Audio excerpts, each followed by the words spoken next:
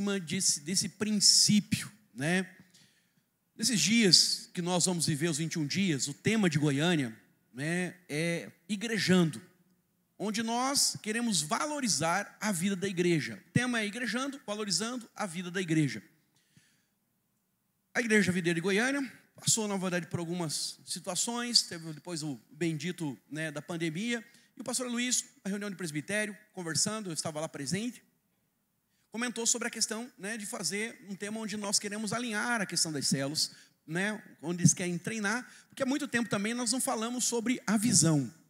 Nós falamos muito sobre a graça, falamos sobre fé, falamos sobre a vida cristã, falamos coisas espirituais, mas aquilo que é a nossa prática, o nosso estilo de vida igreja, de edificação, discipulado, o acompanhamento, o encargo pelas vidas, né, ganhar pessoas, o evangelismo, foram coisas que nós deixamos de lado porque nós entendíamos que precisávamos fortalecer e edificar, né, um aspecto, uma área da igreja, ao ponto disso virar a nossa face, né? Hoje a Igreja Videira é conhecida pelo Evangelho da Graça. Todavia, entretanto, irmãos, nós também entendemos que agora precisamos fortalecer algo que também foi um pouco esquecido, né? O pastor Luiz mesmo falou, né, que a igreja lá em Goiânia, né, tem crescido, mas podemos sonhar com mais, desejar mais.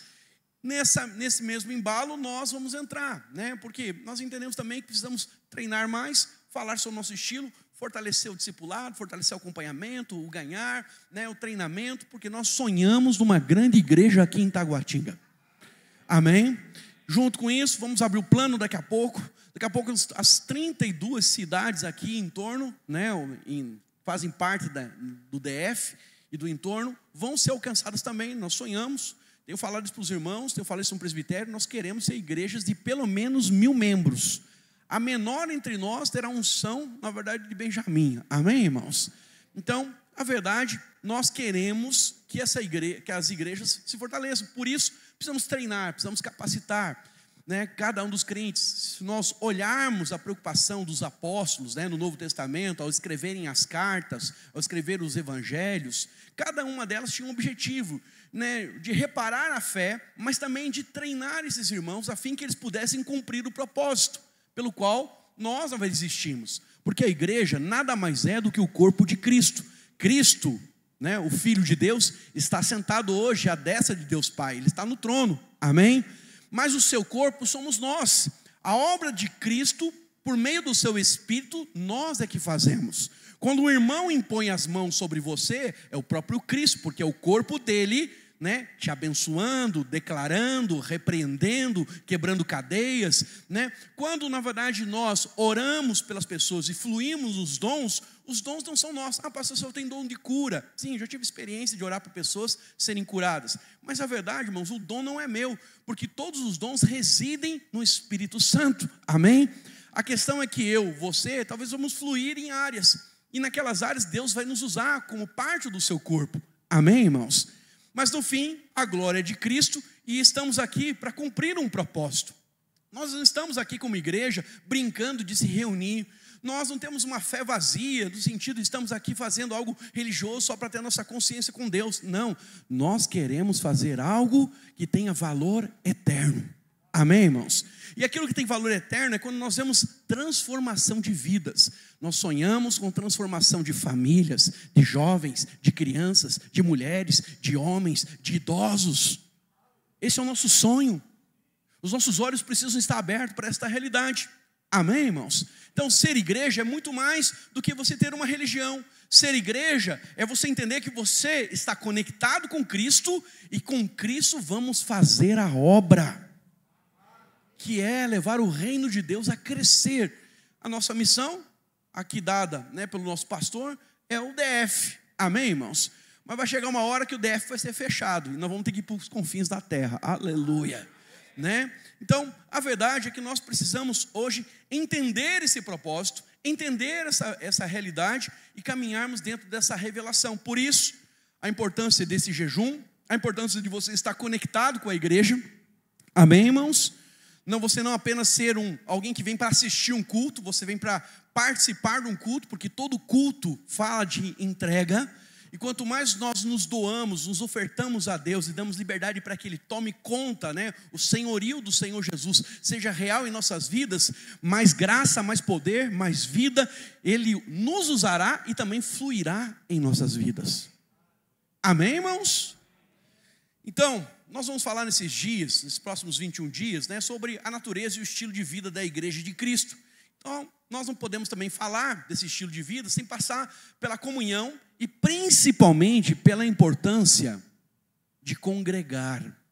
Então, uma atitude comum em nossos dias é considerar, por alguns irmãos, é claro, que a participação de um culto ou dos cultos é algo secundário, é algo irrelevante, é algo desnecessário para a vida cristã. Mas isso não é uma verdade, irmãos. A verdade é que todas as vezes que nós nos reunimos, algo de espiritual está sendo liberado sobre as nossas vidas. Há um pão que nos alimenta, né? Um crente que ele vive, né, fora do braseiro e ele se afasta do braseiro, pensa numa churrasqueira poderosa, aquela que vai fazer o choripã na sexta-feira, aleluia, né? Então, um crente que vive fora do braseiro, ele tem a tendência de esfriar. E se ele esfria, filho, fala para você, a única maneira de você pegar uma brasa e novamente fazer com que ela queime é trazer ela para o braseiro. Irmãos, se igreja fosse algo irrelevante na vida cristã, Deus não teria colocado isso como um propósito para vivermos ou um estilo de vida como nós vamos viver. Na eternidade, tenho dito isso para os irmãos, desde que eu cheguei aqui, Deus, sendo onipotente, onipresente, onisciente, sendo todo-poderoso, o El Shaddai, decidiu multiplicar-se na eternidade. Ele decidiu de ser só, né, o Deus Pai, e Ele gerou ao Filho e gerou ao Espírito. O próprio Deus, na eternidade, vive em comunidade. Quando Deus fala, lá em Gênesis capítulo 1, verso 26, façamos o homem a nossa imagem e semelhança, Ele fala isso no plural. Ou seja, na eternidade, eles já eram 3. E quando Ele cria o homem para ser a sua imagem e semelhança, Ele não criou o homem para viver de forma individual. Ele criou o homem para viver em comunidade. Quando Ele cria o homem e vê que o homem não consegue encontrar uma auxiliadora idônea, né, pudesse fazer par com Ele, Ele cria, né, a encrenca de Eva. Quer dizer, Eva, estou brincando, irmã Eva, está perdoado, né?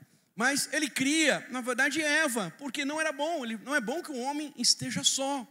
Quando um homem olha para Eva, fala, essa aqui é osso dos meus ossos, carne da minha carne, ele fica apaixonado, aleluia. E eu profetizo em nome de Jesus, se você ainda não tem a sua costela, Adão, você está solteiro, né, triste, moribundo, contando cavalo e vaca no pasto, né, como Adão estava lá no Éden, eu declaro, você encontrará logo a sua costela perdida.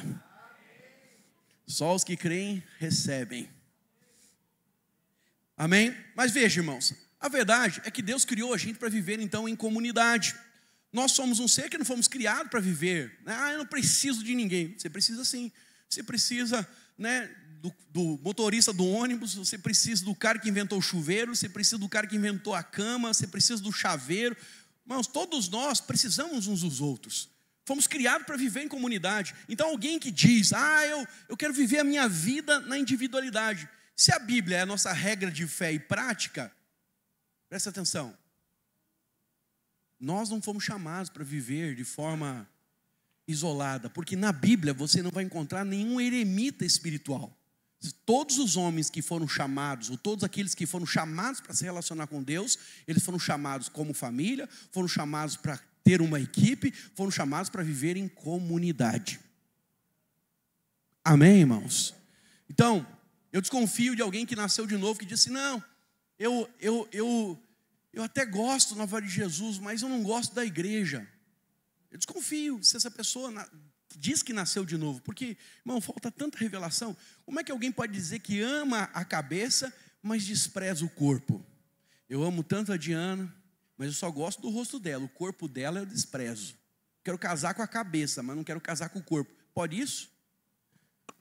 Vou dizer algo que Estevão Hernandes, né, um pastor presbiteriano, falou certa vez, que isso tocou o meu coração. Ele disse, olha, se alguém hoje, em 2025, quer ver Jesus, ele precisa vir à igreja, Porque somente no meio da igreja é que Cristo vai se manifestar. É aqui que Ele se manifesta. Quer dizer que a igreja é perfeita? Não, irmãos. Mas apesar das nossas imperfeições, e nós estamos sendo aperfeiçoados, a verdade é que eu e você estamos crescendo e manifestando o amor, a graça, o poder, o propósito de Deus. Deus nos usa de forma imperfeita. Eu não sou perfeito, mas apesar da minha imperfeição, Deus tem me usado. Você não é perfeito, mas apesar da sua imperfeição, Deus quer usar você. E digo mais, se você veio parar aqui, está firmado aqui, converteu aqui, irmãos, Deus quer usar você aqui, não é acolá, é aqui. É incoerência, Deus, fazer você converter na videira e você querer ser usado lá na Assembleia de Deus, na Igreja Batista. Nada contra eles, mas a verdade é que se você converter naquela célula, Deus tem algo para completar através da sua vida naquela célula. Tem dons que Deus vai liberar sobre a sua vida para que você complete o corpo. Amém? Então, a mesma coisa acontece, quando falamos aqui do nosso culto geral, vamos chamar assim, o coletivo, da igreja, porque a célula é a expressão da igreja, mas da forma micro. No macro somos nós, aqui no domingo. Então, a verdade, irmãos, é que Deus quer nos usar. Deus deseja nos usar. E se você está aqui, se você não enterrar seu talento, mas você dizer, Senhor, eis-me aqui, usa-me. Irmãos, Deus vai usar você para discipular, para não vai tocar, para de alguma forma cooperar com uma programação, com um departamento, com uma área da igreja. Deus vai usar você.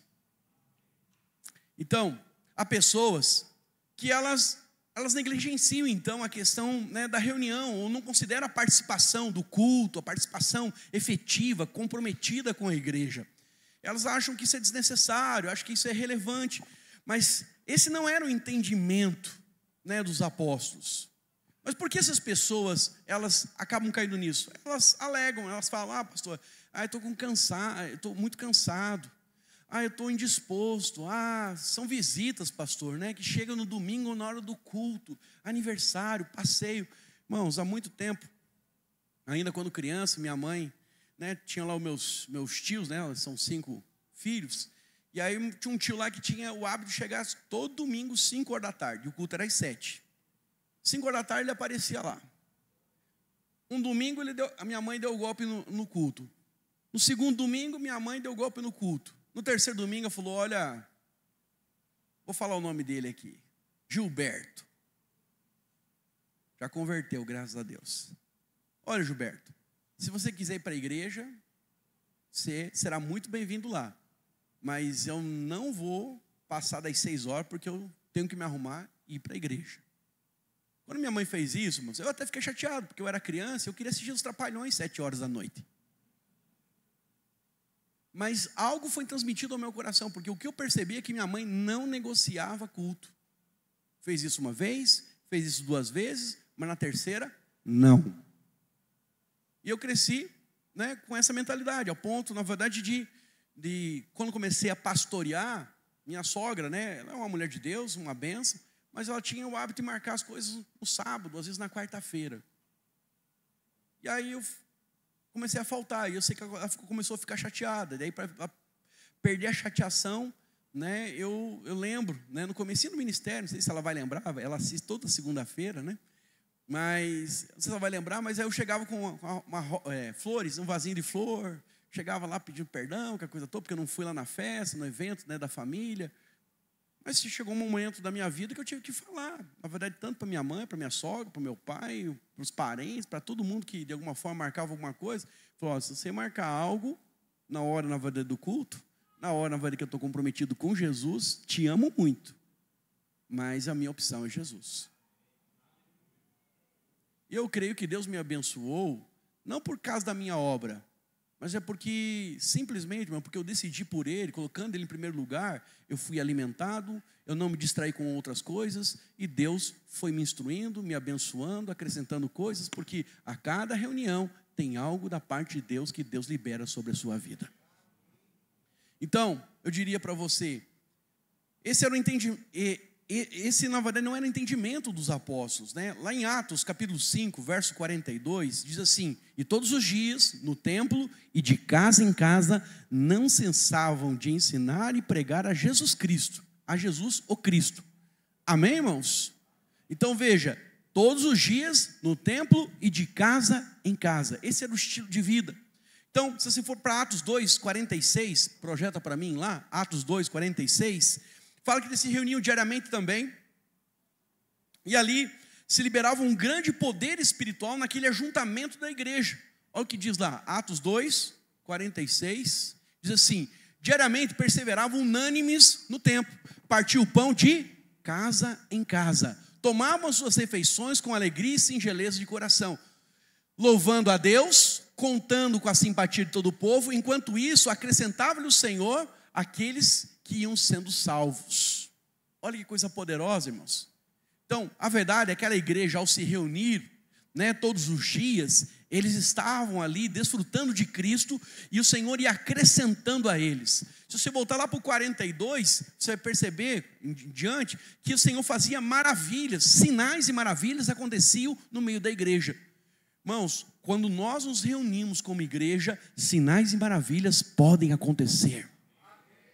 Amém? E é por isso que eu quero falar com você nesta noite sobre não deixe de congregar. Fala para o seu irmão aí, dá um toque nele e fala assim: irmão, jamais deixe de congregar. A Bíblia, agora olha para cá, a Bíblia, ela fala várias razões pelo qual nós não deveríamos negligenciar isso, né? Mas Hebreus 10, 25, eu pedi para você abrir, né, diz assim: não deixemos de congregar-nos, como é costume de alguns, antes façamos admoestações, e tanto mais quanto vedes o dia se aproxima. Costumo dizer, toda vez que eu leio esse texto, se Paulo, que eu acredito que foi Paulo que escreveu, né? Se Paulo disse isso há 2000 anos, 2025 anos atrás, que o dia se aproxima, quanto mais hoje, irmãos, nós estamos mais próximos. Ele vem amanhã? Ele vem daqui 5 anos? Não sei, mas os sinais para nós são muito mais evidentes do que na época passada. Então, a verdade é que, biblicamente, nós precisamos entender que eu sozinho sou templo do Espírito Santo, Deus reside em mim. Mas, todas as vezes que a Bíblia fala sobre o arrebatamento, e é por isso, né, que aqui em Hebreus o autor está dizendo, né, quanto mais o dia se aproxima, sabe, irmãos, nós cremos que o Senhor virá para buscar a sua igreja, né? Num primeiro momento é o arrebatamento. Nesse primeiro momento, o arrebatamento será da igreja, mas a igreja é aqueles que estão em comunhão. Como eu disse, eu sozinho sou membro do corpo, eu sozinho sou templo do Espírito Santo, mas 2 ou 3 reunidos no nome do Senhor Jesus, somos agora igreja. Então o arrebatamento não é algo individual, é algo coletivo. Se preparamos de forma individual, mas o Senhor vem para arrebatar a sua igreja. Então a preocupação é, você precisa estar na comunhão. Jesus podia ter contado, né? Segundo Langston é um teólogo inglês, ele falou, Jesus podia ter contado a parábola, né, de duas virgens, uma nécia e uma prudente. Mas por que ele contou de 10 virgens? 5 prudentes, 5 nécias. Porque ele quer mostrar, na verdade, que é a igreja, é o coletivo, não é um individual. A trombeta tocará, e aquele que tiver óleo na candeia, e aí nós estamos falando do coletivo da igreja, essa entrará para as bodas. A carta não foi, né, as 7 cartas não foram dirigidas a um indivíduo, foram dirigidas à igreja. A igreja que estava em Éfeso, a igreja que estava em Esmirna, em Tiatira, a igreja de Laodiceia, a igreja, né, dos filipenses. Agora fugiu. Filadélfia. Vou pensando rápido aqui, mas não está no esboço, eu acabo falando espontâneo, então me perdoe. Mas a verdade, para ser bem sincero, nós precisamos entender que sempre é para o coletivo, nunca é para o individual. Amém, irmãos? Então, nós precisamos entender, em primeiro lugar, e até a primeira razão pelo qual nós deveríamos congregar, é porque existe uma graça individual, mas também existe uma graça, um poder, né, algo liberado da parte do Senhor de forma coletiva. Fala comigo, existe uma graça individual, mas existe uma graça coletiva. Essa é a primeira razão que você precisa anotar e guardar no seu coração. Presta atenção, no decorrer dos anos, nós temos aprendido que existe uma graça que ela é liberada sobre o indivíduo, né? Então a graça, nós sempre falamos sobre essa questão de você sair da justiça própria, de você, desfrutar do Senhor de forma pessoal. Mas também é verdade, irmãos, que existem coisas que Deus vai liberar por meio da igreja. Se 2 ou 3 concordarem, na oração de concordância será ligado no céu, será ligado na terra. Amém, irmãos? Então, a verdade é que quando nós deixamos de nos reunir, nós estamos às vezes perdendo oportunidade de algo que Deus poderia fazer por meio do seu corpo, porque quando nós nos reunimos, irmãos, às vezes um tem um conselho, às vezes o outro tem uma palavra profética, às vezes alguém vai orar por você. Há 2 semanas atrás, uma irmã chegou, na verdade aqui no final do culto, ela veio agradecer pela recepção, disse que a igreja é muito amorosa, glória a Deus pela sua vida, né? E ela falou, pastor, eu me senti muito amada. Cheguei aqui com um sentimento muito ruim, um sentimento, de um vazio, de uma tristeza, uma angústia, não sei o que aconteceu, mas desde sábado de manhã eu estava assim, não aconteceu nada na minha vida, mas é uma irmã que estava do meu lado, na hora do louvor, olhou para mim e falou, posso orar por você? E essa irmã orou, e ela falou assim, pastor, linguagem dela, não sei de onde que ela é, né? Não sei se ela está aí, mas ela falou para mim, pastor, parece na verdade que um anjo ou o próprio Espírito Santo contou minha história para ela. Que ela orou em cima, eu chorei, eu recebi, e dali para frente o culto mudou. Estou saindo daqui leve. Vocês conseguem entender, irmãos? Tem coisas que você não vai receber em casa. Tem coisas que você vai receber só lá na célula. Tem coisas que você vai receber só aqui no culto. Amém? Então, aquele irmão que deixa seguidamente de congregar, de participar dos cultos da igreja, ele está perdendo algo em sua vida espiritual.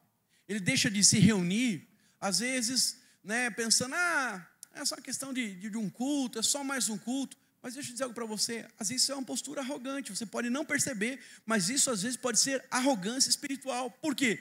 Porque quando você faz isso, é só mais um culto, você está dizendo, você está declarando que você não necessita de ninguém. Você é autossuficiente. Você pode viver uma vida cristã, fora do corpo.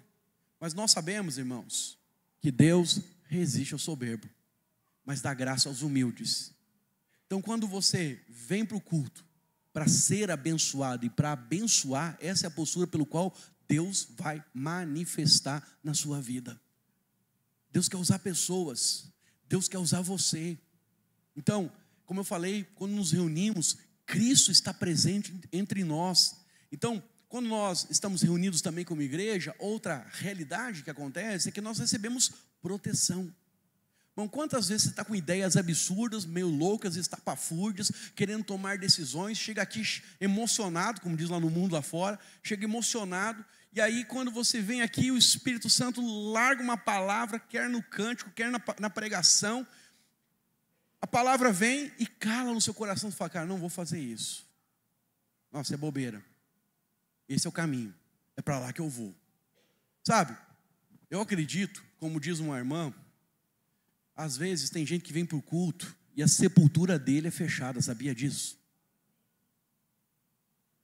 Porque o cara estava destinado à morte, mas ele vem para o culto, recebe uma palavra de sabedoria, recebe uma palavra de salvação. A decisão dele, em cima daquela palavra, é aceitar. Ele aceita, aquilo muda o seu destino, muda na verdade a sua rota. E aí aquilo que ia acontecer, aquilo que o diabo estava armando, foi frustrado. Você não acredita nisso? Irmãos, às vezes na sua cabeça é só um culto. Eu postei hoje uma palavra do pastor Naor, estava preparando essa palavra, quando eu vi ele falando, eu falei, olha, é a testificação que é isso que eu tenho que pregar mesmo. Ele falou, olha, eu recebi, na verdade, uma célula, foi um culto que eu fui, e lá naquele culto, Deus mudou a minha história. Então, quer dizer para você, às vezes para você é só um culto, mas a verdade, irmãos, às vezes é a mudança de destino, é a mudança de propósito, é a revelação que te falta, é a vida. que Deus quer te dar. Então, se você observar, né, se você já observou que, mesmo ouvindo, às vezes, em casa, né, que alguns irmãos, eles caem nessa tentação. Pastor, não vou no culto, mas eu escuto depois a palavra lá no Spotify, lá no YouTube.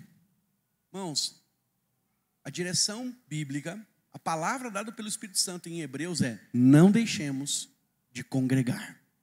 Não deixemos de congregar, ainda mais que o dia se aproxima. Por quê, irmãos? Porque a verdade é que você recebe sim algo da parte do Senhor lá no YouTube, mas quer dizer algo para você. Existe algo mais poderoso que acontece aqui na vida da igreja.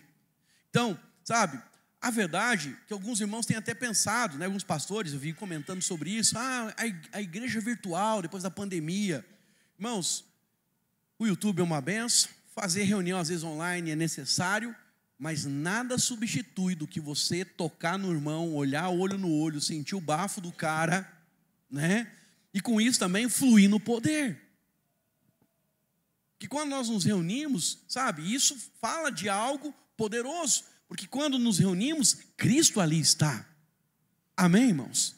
Então, algumas pessoas falam assim: pastor, a pregação do último final de semana, né? Eu vou assistir lá no YouTube, mas eu vou no aniversário. Amém, irmão? A questão é que você está trocando coisas naturais pelaquilo que é o pão do céu.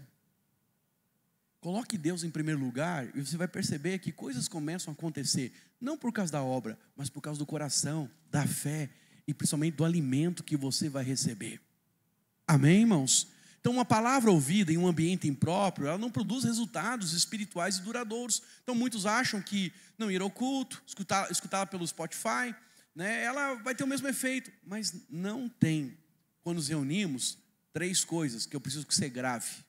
Se você é crente videriano, você precisa gravar isso. 3 coisas acontecem quando nos reunimos como igreja: presença, poder e propósito. Fala comigo, 3 P's: presença, poder e propósito. Presta atenção, quando nos reunimos, irmãos, nós temos o sentimento, nós temos um ambiente de presença. É diferente de você estar lavando a louça, cozinhando, escutando, na verdade, lá o Joseph Prince, aleluia, irmã Eva, né? Que é uma bênção, recebemos de lá. Mas a questão maior é que, na verdade, a consciência de presença não vai estar lá, muitas vezes. Na maioria das vezes. Você está recebendo a revelação da palavra, mas a presença nos falta. Outra coisa, o poder. Não adianta também a gente ouvir algo e não desfrutar de poder. Muitas pessoas ouvem palavra, mas ela nem repete o que o pregador está mandando falar lá na casa dela. E nós recebemos quando nós falamos também, irmãos, porque aí é a expressão da nossa fé. Alguém pode dizer amém? Alguém pode dizer glória a Deus? Quando você fala, você está recebendo. Consegue entender? Outra coisa, o propósito. Quando nós estamos reunidos, estamos cumprindo o propósito de ser corpo. E aqui somos ativados. Então, é algo sobrenatural que acontece quando nós nos reunimos aqui para adorar, para receber a palavra.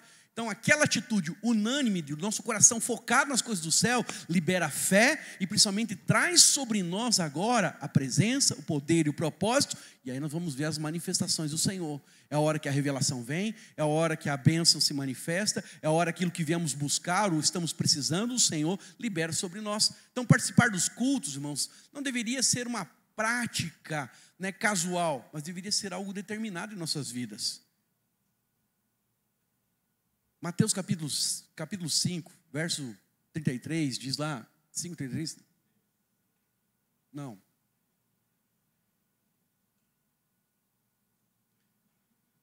Vou deixar a referência para os irmãos me ajudarem aí. Hoje eu estou meio lesado aqui.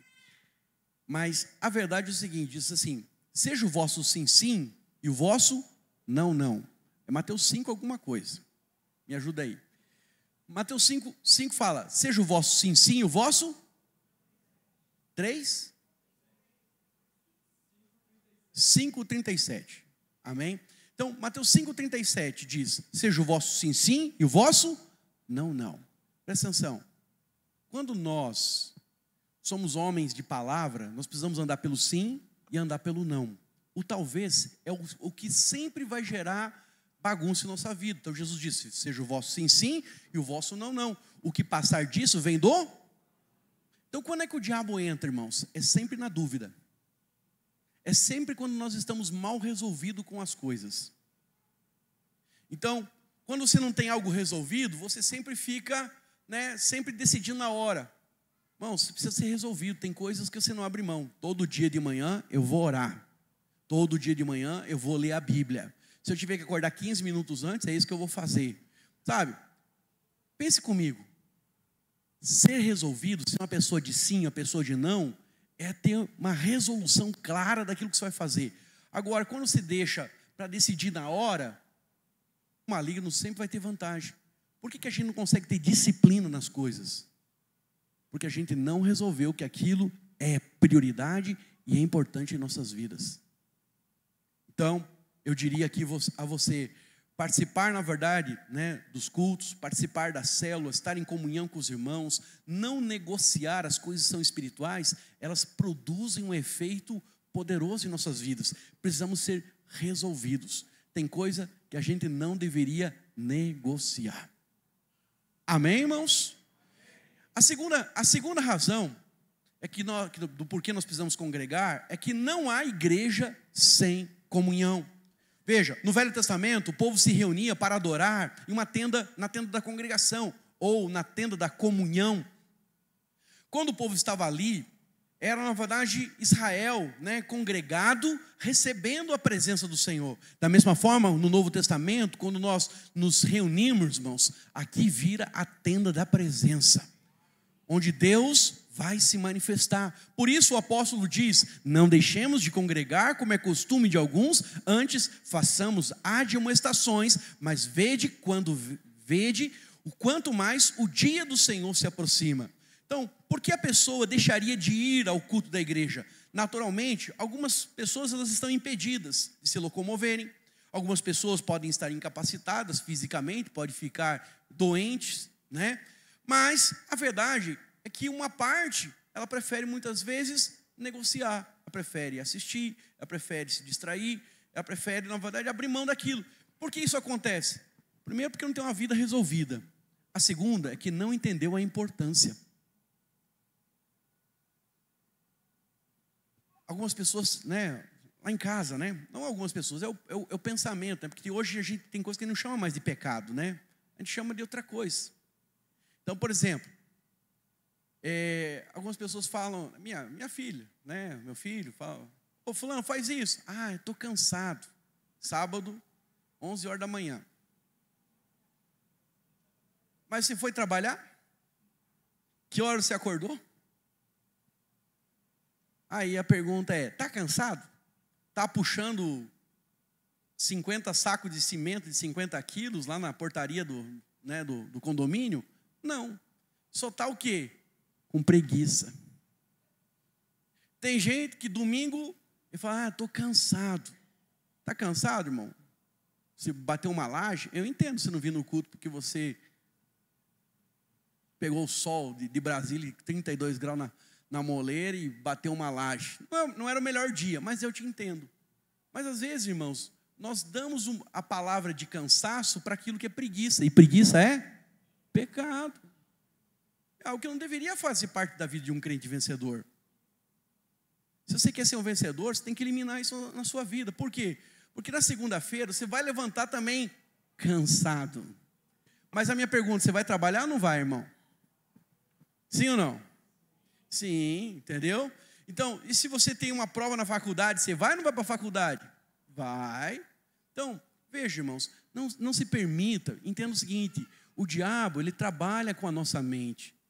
Então, remova essas setas do inferno, esses dados que estão inflamados na sua cabeça, de você confundir cansaço com preguiça. Preguiça é pecado, pelo menos na minha Bíblia.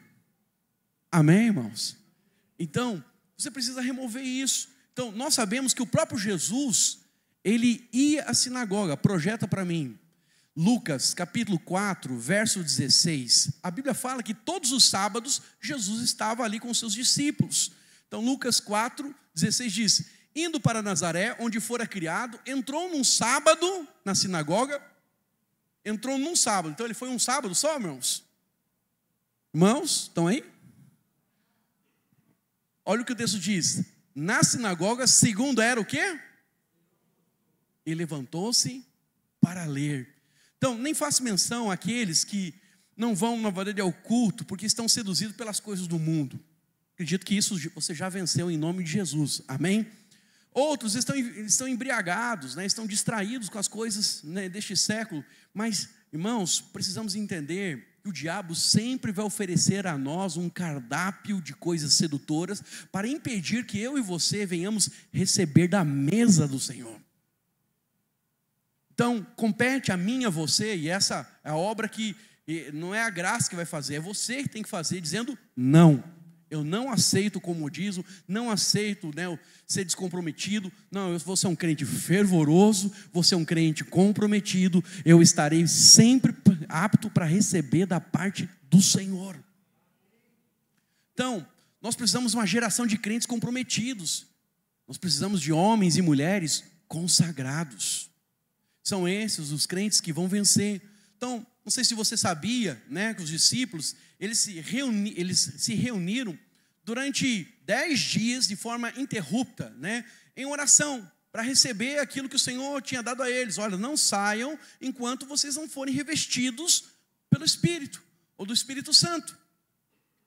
Mas essa ordem Jesus deu no momento da sua ascensão, quando ele estava ali com 500 irmãos. Quantos irmãos receberam o batismo do Espírito Santo, línguas de fogo lá no cenáculo? Quantos estavam orando? Os irmãos lembram? Os irmãos lembram? 120 irmãos. Irmãos, nós tivemos uma queda nesse culto. Sim ou não? Esses irmãos, de alguma forma, cochilaram, se distraíram. Então, tem reunião que você não pode faltar, porque pode ser ela que o Senhor vai derramar algo especial. Você vai lembrar também, né, quando Jesus ele ressuscita, tem um discípulo que não aparece no culto. No culto que Jesus aparece, ressurreto, ele não estava lá. Qual é o nome deles, irmãos, lembram? Tomé. Até hoje, Tomé, por ter faltado naquele culto, ele é tido como um discípulo da incredulidade. Olha o rótulo dele. Ele, sabe, não estava no culto. Quando os irmãos falaram para ele, ele falou: não, Jesus apareceu. Você não ficou sabendo? Caraca, a pastora Luiz foi no domingo lá na igreja. Nossa, mas bem, né, como diz o irmão, Nossa Senhora, né, pastor? Né, que tem os irmãos que ainda não converteu, né, a linguajar. Né? Nossa, pastor, né, nossa, bem nesse culto, eu não sabia. Aí no outro culto aparece Jesus. Só que ele questionou tanto, falou: não, duvido que foi Jesus que apareceu. Duvido que foi ele. Só vou crer se a minha mão tocar o lado e os cravos na sua mão. Tudo porque o infeliz não apareceu no culto. Fala para o seu irmão: tem culto que você não pode faltar, irmão. Então, esse discípulo ficou conhecido por causa da incredulidade. Jesus aparece para ele, a primeira coisa que Jesus aparece para ele, saúda os irmãos e fala: ô, Tomé, vem cá, olha aqui. Olha aqui, é desse lado direito, onde é que foi? Tá? Pega aqui o José, né? Então, a verdade, para ser bem sincero, é que Jesus, aqui, irmãos, né, teve que provar para que Tomé pudesse crer. Então, o cristianismo em si, ele é algo singular, no sentido de ter uma natureza, de sermos, nossa fé, ela ser individual. Mas também existe uma expressão onde nós precisamos estar reunidos para que a nossa fé seja fortalecida ainda mais. Se a fé de alguns é fraca, será fortalecida na comunhão. Se a fé é forte, quando se junta com alguém que é mais forte, ela se tornará ainda mais relevante. Então, Deus não apenas nos chamou para pregar o Evangelho. Deus nos chamou para congregarmos, para sermos corpo e sermos família. São duas expressões ou duas faces que a igreja tem. Amém, irmãos? Então, quando nós falamos de nos reunir, nós estamos falando então de nós cumprirmos o propósito de Deus, que é sermos corpo. E ali o Senhor vai se manifestar, ali o Senhor vai alimentar, ali o Senhor vai abençoar. Em terceiro lugar, nós precisamos congregar, porque o corpo também se expressa na reunião. Então algumas pessoas dizem que não precisam ir ao culto, porque simplesmente Deus não habita mais em prédios feitos por mãos humanas. Elas podem adorar, elas podem invocar o Senhor em casa ou em qualquer lugar. Realmente, isso é verdade, Deus não habita mais em prédios. Mas nós não vamos adorar com os irmãos em qualquer lugar, mas principalmente, irmãos, nós precisamos nos reunir para a comunhão. Podemos nos reunir hoje mesmo, hoje não, ontem, cheguei até a salvar, estava pensando nos jovens, isso. O grupo de jovens terminou o culto, aí eles foram para uma praça de alimentação num shopping. Estavam lá nos 80. E aí chegaram na praça de alimentação, todo mundo se espalhou, mas eles foram tudo combinadinho, treinado. Chegou um certo momento, começou um cara, puxou um violão, o outro puxou outro violão do outro lado, na outra mesa, começaram a tocar, e os 80 começaram a cantar. E a praça de alimentação começou a ficar, todo mundo ali, meio que curioso o que está acontecendo. Daí eles começaram a cantar, e o pessoal começou a ficar de pé, levantou, fizeram o culto lá na praça de alimentação, e aí de repente um levantou, falou 2, 3 minutos, sobre, na verdade, o que é o amor de Deus, e falou: olha, você está a uma oração de Deus mudar a sua eternidade, mudar o seu destino. Alguém quer aceitar Jesus aqui? Sabe o que aconteceu, irmãos? Algumas pessoas vieram até aquele jovem, e a igreja abraçou, começou a orar, certamente foram abraçados ali. Sabe, irmãos, podemos nos reunir em qualquer lugar, mas a verdade é que nós temos que congregar.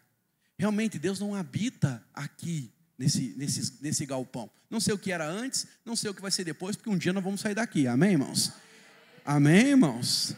Nem que seja para a eternidade, aleluia, mas vamos sair. Mas para ser bem sincero, olha para cá, Deus nos manda congregar.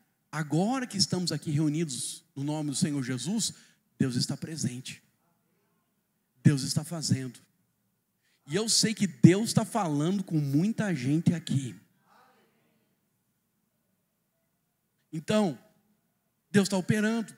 Então, realmente, podemos invocar a Deus em qualquer lugar? Podemos, mas a verdade é que podemos invocar individualmente, mas também há algo que Deus quer que façamos coletivamente, que aí é quando nós nos congregamos.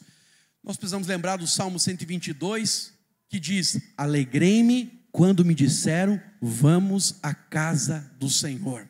A casa de Deus hoje não somos nós. De fato, a mulher samaritana mesmo disse, lá em João capítulo 4, verso 20 a 24, diz assim: nossos pais adoraram neste monte, e vós dizeis que é em Jerusalém o lugar que se deve adorar. Mas Jesus respondeu: mulher, podes crer-me, que vem a hora, quando nem neste monte e nem em Jerusalém adorareis ao Pai, mas vem a hora, e esta hora já chegou, que os verdadeiros adoradores adorarão o Pai em espírito e em verdade. Porque são esses que o Pai procura para seus adoradores. Deus é espírito, e importa que seus adoradores o adorem em espírito e em verdade. Então, é verdade que nós não temos um lugar, mas entretanto, irmãos, nada disso nega a necessidade de eu e você nos reunirmos. Mostra a importância, o tiro desmerece a importância de nós sermos corpo, de nós sermos família. Então nós precisamos nos reunir. Você pode pegar na mão do irmão aí, com a liberdade de Cristo Jesus, e falar assim: nós precisamos nos reunir sempre. Olha para cá, rapidinho. Quando nós nos reunirmos, irmãos, há uma sinergia. Há na verdade um poder, há uma graça do céu, irmãos, sendo multiplicado. Em Deuteronômio, capítulo 32, verso 20, diz: como poderia um só perseguir a 1000 e 2 fazerem fugir 10.000, se a rocha luz vendera, o Senhor não os entregara? Se você pegar esse texto, diz: um persegue 1000, mas 2 perseguem 10.000. Uma coisa é uma pessoa orando. Quando somamos com outro irmão orando, irmãos, o abalo no reino do Espírito é muito maior. Eu e você, nós temos poder para falar aos demônios, falar em autoridade as coisas desta terra, para orarmos ao céu. Mas quando reunimos 2 ou 3, temos autoridade para ligar as coisas e desligar as coisas, tanto na terra como no céu. Então, A palavra do Senhor nos fala que quando nós nos reunimos, nós expressamos a realidade do corpo. Quarto e último, para encerrarmos, a presença do Senhor, ela está no se reunir. Irmãos, todos nós sabemos que o Senhor é fiel, e por 2 vezes Ele nos prometeu a sua presença. Em Mateus 28, Ele disse que Ele estaria conosco de forma individual, todos os dias, até a consumação dos séculos. Então não importa o que você vai passar, quer dizer para você, Deus sempre vai estar com você. E deixa eu falar algo aqui mais profundo ao seu coração. É mentira do diabo essa história de você dizer, estou sozinho. Irmão, se o seu pastor te abandonasse, sua mulher te abandonasse, né, sua família te abandonasse, seu sócio te abandonar, você nunca estará sozinho, porque Deus estará contigo até a consumação dos séculos. Então é mentira do diabo dizer que você está sozinho. Ah, todos me largaram. Todos não. Pode ser que a maioria, 99% te largou, mas Deus não te largou. Segundo, você e Deus é maioria, irmão. Você não precisa de ninguém, só precisa do Senhor. Amém? Então tira essa mentira, dizer, me largaram, me deixaram, todos me abandonaram. Todos ninguém, irmão. O Senhor está contigo. Essa é a verdade da nova aliança. Amém? Mas também, lá em Mateus 18, 20, a palavra do Senhor fala que a presença do Senhor se manifestaria de forma coletiva. Então, ele fala, na verdade, onde estiverem 2 ou 3 reunidos. E ali nós temos a consciência, então, da presença do Senhor. Olha que coisa interessante. Colossenses, projeta para mim, por favor. Colossenses 3, 16. Agora preciso que seja rápido aí, que vai alguns versículos, um atrás do outro. Colossenses 3, 16 diz: habite ricamente em vós a palavra de Cristo, instruí-vos e aconselhar-vos mutuamente em toda sabedoria, louvando a Deus com salmos, hinos, cânticos, com gratidão em vosso coração. Olha que coisa poderosa, irmãos. Habite em vós a palavra de Cristo, instruí-vos. O instruí-vos aqui é algo coletivo, concorda comigo? Sim ou não? Aonde você recebe instrução? Quando você se reúne. E quando alguém te instrui com a palavra, você sente que é o próprio Deus. Porque quando você tem um Espírito e recebe a palavra, irmãos, e ela cala no seu coração, tem um monte de gente que fala um monte de coisa, mas tem alguém que fala e você sente que pegou. Opa, essa aqui pegou. Agora entendi. A revelação veio. Quando a revelação veio, irmãos, o que vai acontecer nesse momento? Sabe? A sabedoria de Deus, o poder de Deus vai se manifestar. Mas isso acontece onde? Não é no quarto sozinho. Está falando para se instruir. Aconselhar-vos. Para aconselhar tem que ter o conceito de igreja. Né? Mutuamente, nem preciso falar, né, de toda sabedoria. Louvando a Deus com salmos, hinos e cânticos. Projeto para mim agora, Efésios capítulo 5, verso 14 a 21. Olha o que a palavra de Deus diz. Efésios 5, 14 a 21. Pelo que diz, desperta, ó tu que dormes, levanta-te dentre os mortos e Cristo te iluminará. Verso 15, portanto, vede prudentemente como andais, não como nécios, e sim como sábios. Não sei se você sabe, mas a carta de Efésios é a carta magna que fala sobre a expressão da igreja como sendo a glória de Cristo, o poder de Cristo e aonde ela está em Cristo, ou seja, fala da identidade de Cristo. Amém? Então, remindo o tempo, porque os dias são maus. Por esta razão, não vos torneis insensatos, irmãos, deixando de se reunir, deixando de ser igreja, deixando de entender o que é igreja, mas procurai compreender qual é a vontade do Senhor. E não vos embriagueis com vinho, que é as coisas naturais desta terra, né? No qual há dissolução, mas enchei-vos do... Como é que você se enche do Espírito? Pastor, eu quero saber como é que eu me encho do Espírito. Essa é a minha pergunta. Eu quero saber como é que eu posso ser um crente cheio do Espírito. Volta no verso 18 lá. Volta no 18. Diz assim, mas enchei-vos do Espírito. Aí ele vai dar a receita de bolo para você. Como é que você se enche do Espírito, crente? Falando entre vós, salmos, confessando a palavra. Quando você confessa a palavra, quando você está falando, né? Entoando e louvando de coração. Sabe quando você vai para a reunião e você canta, você adora, né? Se prepara lá os melhores cânticos. Eu falo para os irmãos, eu tenho um problema com um cântico novo, porque, sabe, se tem algo que o ministro lá da célula, do louvor aqui da igreja, né, da onde for, precisa fazer é o seguinte: ele precisa ter prazer em ver o povo dele cantar. Porque não adianta colocar uma música que ninguém conhece. Colocou uma música que ninguém conhece, não vai fluir, não vai ter mover, não vai ter glória, sabe, não vai ter presença, porque as pessoas ficam perdidas. Mas quando aquilo sai naturalmente, né, as pessoas cantam lá, canta a minha alma, canta ao Senhor. Sabe, quando as pessoas cantam a plenos pulmões, irmãos, a vida se manifesta.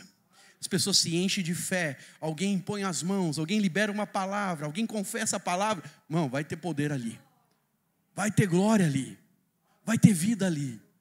Você está entendendo isso?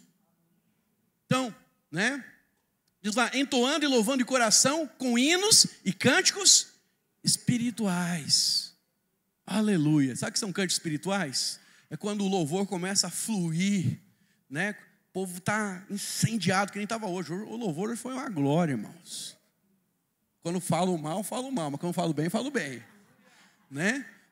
Hoje, sabe, dá para ouvir vocês cantar. Às vezes eu paro de cantar só para ouvir se a igreja está cantando. Se a igreja está cantando, irmãos, tem algo. E aí quando está ali a plenos pulmões, um ambiente de fé, um ambiente de glória, e aí então o ministro começa os cânticos espirituais, ele começa a orar em línguas junto com o cântico, e ele começa a ir para o espontâneo, e aí Deus vai inspirando, dando na verdade a ele ali melodia. Não sei como é que acontece, mas porque eu não sou músico, mas eu sei que o Espírito Santo só faz. E aí a Shekinah. O que é Shekinah, irmãos? Palavra no hebraico, né? A presença da glória, ela desce. Então, a Shekinah, ela se manifesta. Então, sabe, isso é muito importante você entender. Então, como é que você se enche do Espírito? Confessando a palavra, louvando, né? Entoando, na verdade, louvores e cânticos espirituais. Vamos lá, verso 20. Dando sempre graças, sendo grato por tudo. Senhor, obrigado pela minha igreja. Obrigado pelo meu líder. Obrigado pela minha esposa. Obrigado pelo marido que o Senhor me deu. Sabe, irmãos, quando você é grato, você se enche do Espírito. Quando você murmura, seca o Espírito. Então, por tudo, nosso Deus e Pai, em nome de nosso Senhor Jesus Cristo. Verso 21, sujeitando-vos uns aos outros no temor a Cristo. Se aqui estivesse falando de algo individual, você fazia sozinho lá no seu quarto, não tinha sujeitando, porque sujeitar só dá para ser no coletivo. Amém, irmãos? Então, quando você se sujeita a outro a Cristo, você reconhece que o outro, né, é o bendito que vem da parte do Senhor. Ele é o profeta que Deus deu, ele é a liderança que Deus deu, ele é a boca que Deus deu para você. Quando você se sujeita, você recebe. E presta atenção, às vezes Deus dá para você o que você precisa numa embalagem que você não gosta. Abre o olho, crente. Amém? Então, veja, não rejeite isso, porque quando nos reunimos, a presença da glória vai se manifestar. Então, semana após semana, muitos crentes têm a desculpa, né, de não ir para o culto. Mas eu quero dizer para você, irmãos, sabe, fuja dessa tentação. Também não cai na desculpa do legalismo. Ah, pastor, tem que ir para o culto, é legalismo. Não, irmãos, é um estilo de vida. Quem ama quer ver o amado. Amém, irmãos? Então, você vai ver o amado aqui na reunião. Você vai ver pessoas chorando, pessoas se convertendo, pessoa recebendo, você recebendo, sua família recebendo. Irmãos, é o poder de Deus. Então, a verdade é que a sua frequência no culto fala, né, do lugar de Deus nas suas prioridades, nas suas coisas da sua vida. Então, conheço donas de casa que elas acham difícil, às vezes, sabe, ir para o culto.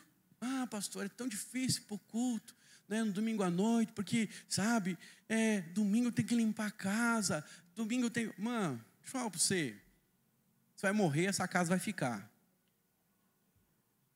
E o teu marido ainda vai casar com a Ricardona, porque vai vir outro para assumir, na verdade. Então, sabe, presta atenção.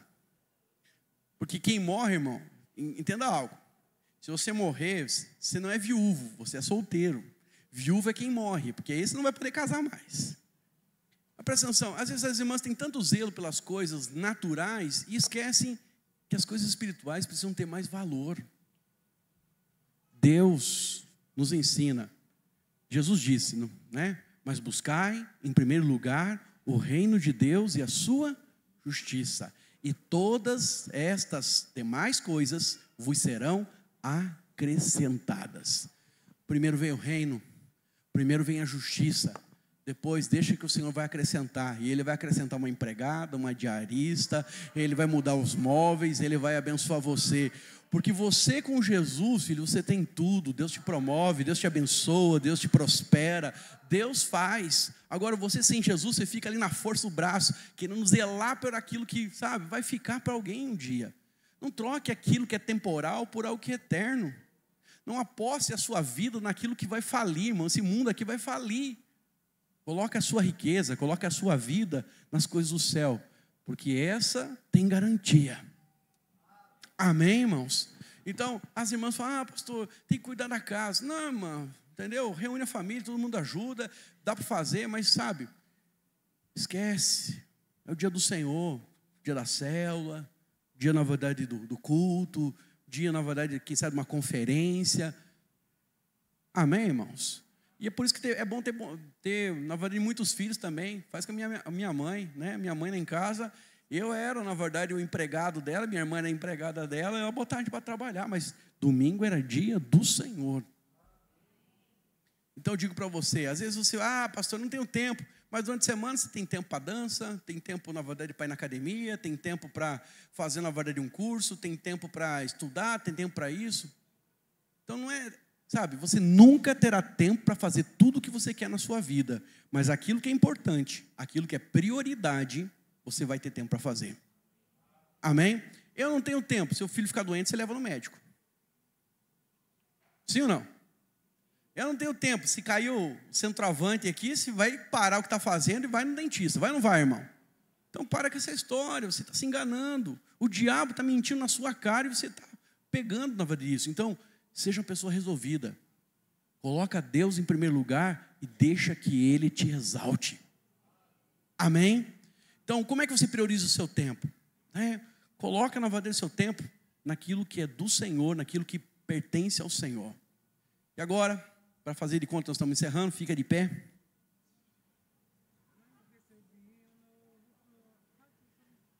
Deixa eu falar algo para você. Vou terminar aqui com uma ilustração do Tim Keller. Não sei se você conhece, mas é um pastor presbiteriano, americano. E ele teve, junto com a esposa, por coincidência, cristocidência, ele teve um câncer. A esposa era numa região, que eu não lembro onde era, mas dele era na laringe. E aí, fizeram quimioterapia, fizeram um tratamento, com a coisa toda, e o médico falou para ele, olha, você vai ter que tomar esse medicamento agora por 18 meses. Que era um comprimido, todo dia, tomar um comprimido, às 6 da manhã, tomar o comprimido, e aí, né, seria a manutenção para que o câncer não voltasse, nem ele e nem a esposa. Eles fizeram um acordo, todo dia, um lembrar o outro, colocar o relógio para despertar, e durante 18 meses, eles acordaram todo dia, 6 horas da manhã, não importava se ia dormir tarde, se ia dormir cedo, eles levantavam para tomar o comprimido. Terminou os 18 meses, ele falou, ufa, agora acabou na verdade a situação. Só que quando eles levantavam nesses 18 meses, eles perdiam o sono, né? Gente mais de idade perde o sono. E aí o que acontece? Aí ele e a esposa iam orar juntos. E eles não tinham hábito durante 40 anos de casamento de orar assiduamente. Nossa, hoje está terrível, hein? Perdão, irmãos. Todo dia juntos. E aí, dentro daquela situação ali, como não ia acordar mais, ele falou, agora, né, vamos voltar para a vida normal. Aí a esposa falou, olha, orar junto com você fez tão bem para mim. Fez bem para você? Falou, fez bem para mim. Tim, se o médico falasse para nós que nós teríamos que tomar esse remédio pro resto das nossas vidas, até o último dia, para o câncer não voltar, se nós ignorássemos um dia, porque o médico tinha falado isso, esqueci de contar a história, mas o médico tinha falado, vocês não podem falhar com o remédio, porque se falhar, tem perigo do câncer voltar. E eles não falharam. Se o médico falasse para a gente, vocês vão ter que fazer isso por toda a vida, você aceitaria isso para continuar vivendo? Ele falou, claro, eu amo muito você, eu amo muito meus filhos, eu amo muito meus netos, eu amo a minha igreja. Eu faria isso sem nenhum peso, nenhum problema. É por isso que eu acho que nós precisamos fazer da oração o nosso comprimido diário, todos os dias, 6 horas da manhã. Porque nós precisamos orar até o final dos nossos dias, juntos, que isso faz bem para mim, faz bem para você. E precisamos pensar que a nossa vida depende disso, porque senão nós vamos negociar. Tem gente, irmãos, que negocia a oração, porque ele não entende que é o comprimido que vai libertar ele do câncer. Tem gente que negocia a vida da igreja, mas não entende que o comprimido para livrar ele de todos os males dessa vida é a vida do corpo. Você não pode negociar. Sabe, congregar é o nosso comprimido, que todo domingo nós tomamos. Toda quarta para quem vai na cela de quarta, toda sexta para quem vem na cela de sexta, todo sábado para quem está no culto e na célula de sábado. Não deixe de congregar, como é costume de alguns, diz o apóstolo. Sei que não é o seu costume, mas hoje é dia de você resolver de uma vez por todas, porque vai ter tentação, vai ter luta, vai ter oportunidade, vai ter distração daqui para frente, mas você precisa estar resolvido. Esse é o dia que o Senhor fez, eu vou adorá-lo, eu vou buscá-lo. Estou cansado, se fosse para trabalhar eu iria, então para Deus eu vou, e Ele vai renovar o meu vigor, Ele vai me dar força, e eu serei enriquecido naquela reunião. Você consegue entender? Essa é a vida com Deus, meu irmão. Então, não negocie, seja firme, porque a decisão que você está tomando hoje, amado, vai afetar seus filhos, como afetou a minha vida. Minha mãe tem a alegria de ter os 3 filhos na igreja. Meu pai não é crente, ainda não, mas os 3 filhos, os netos, tudo na igreja, tudo comprometido, porque ela decidiu fazer do domingo o dia do Senhor, não negociava por nada. Minha sogra era mais Caxias ainda, todo domingo ela não deixava assistir televisão, já não morava na praia, as irmãs não podiam ir para a praia, né? Não podia fazer uma série de coisas, não podia sair com os amiguinhos, porque era o dia de domingo de manhã para a escola dominical, domingo à noite para o culto. Pergunta, na verdade, dos filhos da Dona Lúcia, quantos estão fora da igreja? Todos estão dentro da igreja, todo mundo é crente, todo mundo tem uma fé viva, sabe? A minha sogra é uma mulher de fé, é uma mulher abençoada, porque as filhas não apenas estão na igreja, mas são líderes na casa de Deus, são colunas, sabe? Então eu falo para você, tem decisões que você está tomando hoje por você, mas que vão afetar a sua descendência e a próxima geração. Então eu termino dizendo aqui para você, não deixe de congregar. O dia do Senhor se aproxima, o arrebatamento logo vem, e o Senhor, irmãos, o Senhor nos encontrará com a lâmpada cheia. Amém? Nós seremos as prudentes. Vai tocar a trombeta, vai abrir a porta, nós vamos entrar, e glória a Deus.